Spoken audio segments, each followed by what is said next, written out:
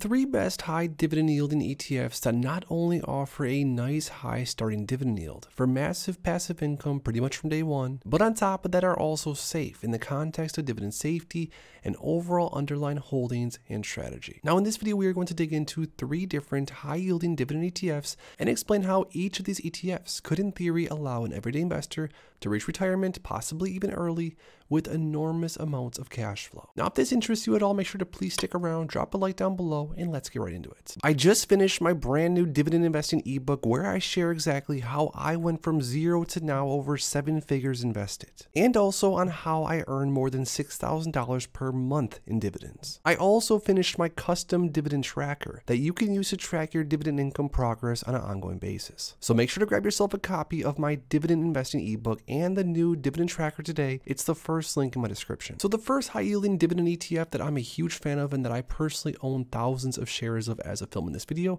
is SPYI ETF's ticker symbol DIVO or DIVO. Now looking a little bit deeper into DIVO, it says why invest into DIVO? Income potential comprised of high quality dividend oriented stocks along with covered calls on individual stocks. So DIVO does not only have a high quality basket of stocks, which take my word for it, and we are going to see in a second here exactly which stocks are within this ETF, but DIVO on top of that also utilizes a cover call strategy on individual stocks, which really juices up the income, and also on top of that, DIVO pays out dividends on a monthly basis. It also says active management allows the portfolio manager or CWP to identify opportunities and risks and act on those decisions in real time. And lastly, seeks to lower volatility.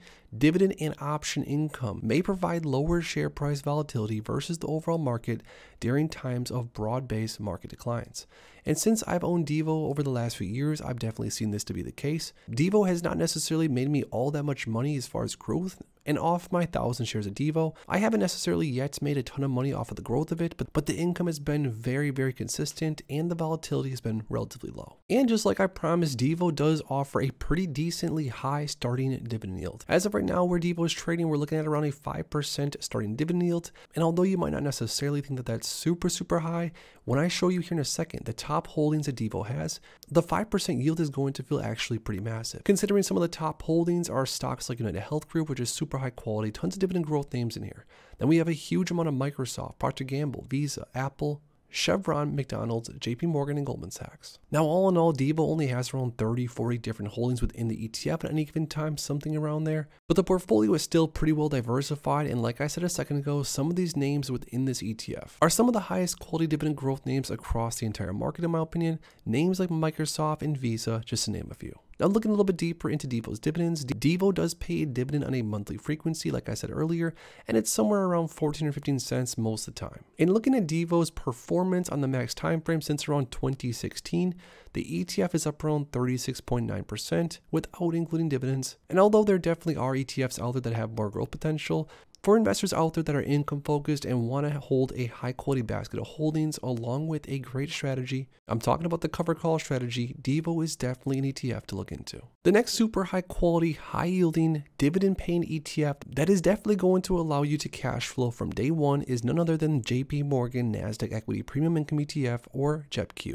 Now on the JP Morgan website, it says JEPQ is designed to provide current income while maintaining prospects for capital appreciation. It then says generates income through a combination of selling options and investing in US large cap growth stocks seeking to deliver a monthly income stream from associated option premiums and stock dividends. So JEPQ buys into a basket of stocks that do pay dividends, but most of the income is going to come through the premiums from selling options. Now, as of right now, it looks like JEPQ has around 89 different holdings within the portfolio, and to name off some of the top holdings, we're talking about names like Microsoft being around 8 or 9% of the portfolio, Apple around 8 or 9% of the portfolio. Then we have things like Google around 5% of the portfolio, Amazon, Nvidia, Meta. There's some super high quality names within this ETF. And not to mention, these are definitely names that can offer some massive potential growth on top of the dividend. And speaking of growth, JEPQ is actually up 14.31% just year to date, which once again just shows that the basket of holdings that JEPQ buys into, this ETF definitely has the potential to move. But JEPQ investors like myself, and side note, I think as of right now, I have around 400 or 500 shares of JEPQ across my portfolios. A lot of us are not even all that concerned about growth. We're buying into JEPQ because of the nice juicy dividend. And speaking of, the dividend's trailing 12-month yield as of right now is around 12%, which is absolutely massive. Not to mention that JEPQ does pay a monthly dividend as well. And since this ETF's inception has paid anywhere from around 36 cents all the way up to 70 cents, which is actually crazy. But over the last year or so, since I've been buying some shares of JEPQ, I'm definitely up on my position, which is awesome.